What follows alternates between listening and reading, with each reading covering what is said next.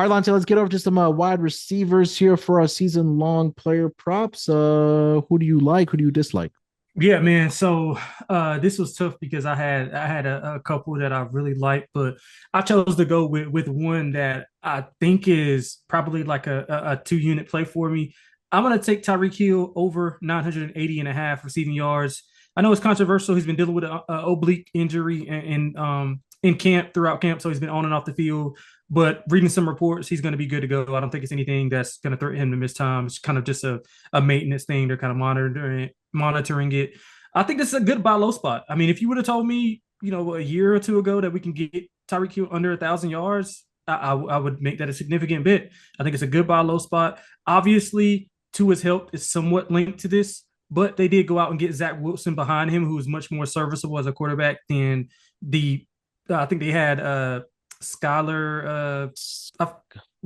I forgot his name, but Skylar Thompson was it last Skylar year? Thompson Yeah, was his yeah, name, yeah. So they had him and then some other guys who were behind it. They were playing basically like third and fourth string guys. Now Zach Wilson obviously is not. He didn't live up to the hype of being a top three pick, but he's serviceable as a backup, and he can be able to get the ball to Tyreek Hill and Jalen Waddle in this offense. I think it's a big year for McDaniel's. Maybe a like prove it or lose your job type of year. agree. So all hands are going to have to be on deck. I think it starts with Tua, obviously, but if he can't go, I believe in Zach Wilson to be able to get Tyreek the ball. He finished with 959 last year amid all of that chaos in the backfield as far as the quarterback position went.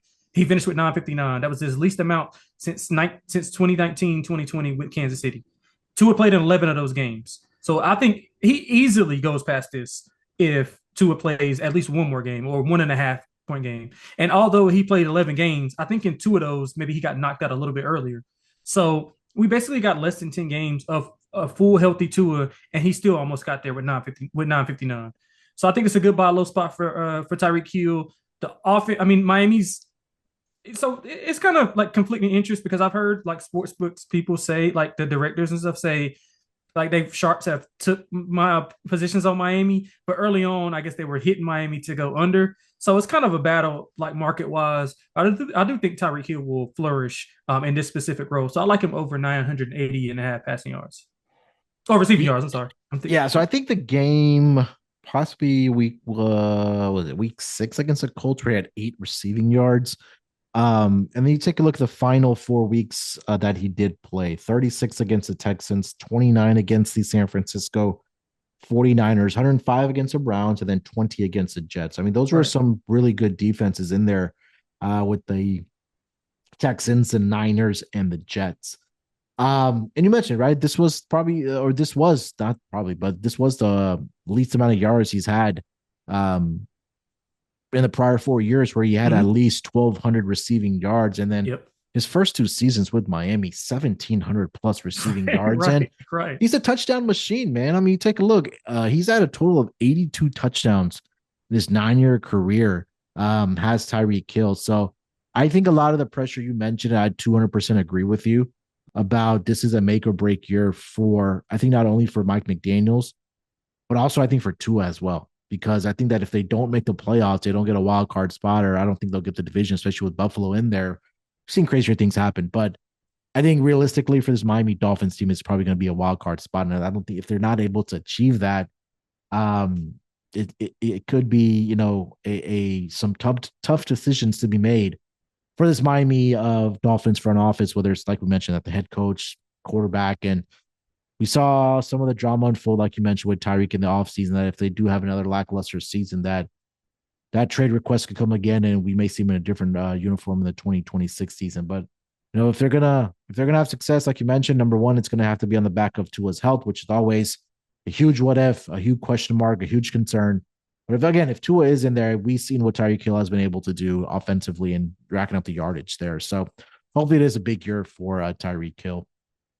Um, I also went with another mainstream um, wide receiver here, Lonte, and it's almost an auto bet anytime I see it under 1,000 yards. It's Mike Evans to have Oh yeah. another Oh yeah, thousand man. yard season, Oh right? yeah.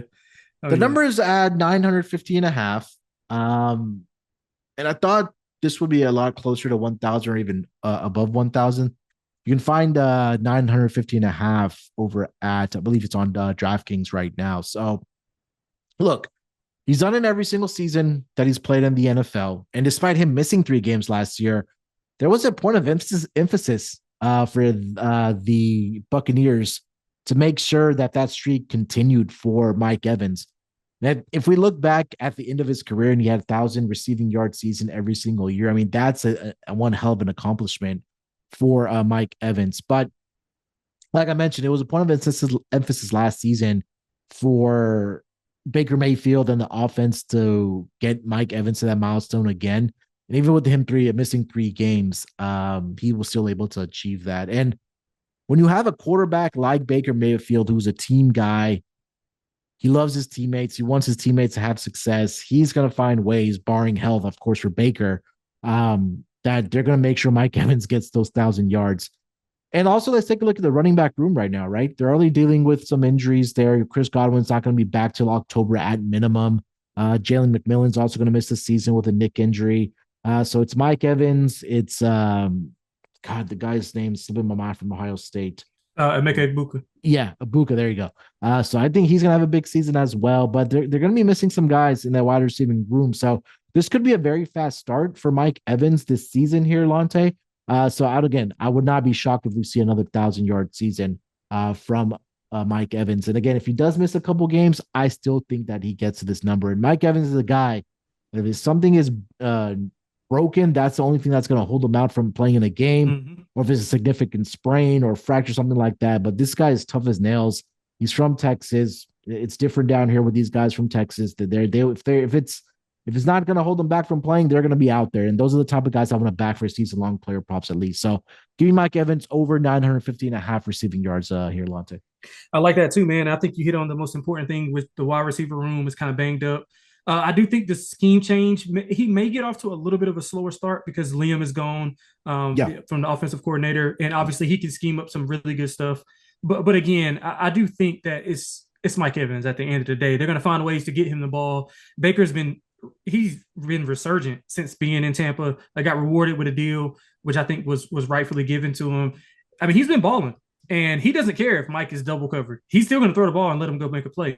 So I think that's what you want when you're betting a season-long win total. Obviously, we can see that he got past this with missing a few games. So even if he starts out a little bit slower, I do think that he'll be able to, extend and have a couple of more 100-yard games to make up for the early on. And another thing we didn't talk about is the only good defensive backfield in the division is probably Atlanta. They got AJ Terrell. After that, I mean, JC Horn is in Carolina, but he's always hurt. He's a little on the smaller side as well, so he doesn't really match up with Mike. He should have a field day on the Saints as usual. I mean, you're looking at he's going to play those teams 6 times.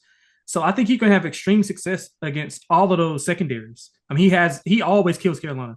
You can pencil him in for 100 yards against them. So I think when you balance it out in that aspect, for him to get basically 951 yards, I think that's stealing. So I like that play as well. Yeah, you mentioned he's absolutely crushed the Panthers throughout his career. Yeah. Trust me, I've seen it. I think it was just one game in the 2023 season where he had 22 yards, but prior to that, 77, 89, 96, 207, 162, 118, 97. So he's averaging 80.7 yards per game against the Carolina Panthers throughout his career. So if he continues those averages against the Panthers and he plays in both games, that's 160 yards right there. And I know he has struggled in his career against the Saints, just because of the matchup with Marshon Lattimore, but I don't believe he's there anymore, if I'm not mistaken. Listen, nobody's there in that secondary. Yeah, that secondary is Honey Badger's gone. Lattimore's with the Commanders now. They're gonna have a lot of issues with that secondary. Yep.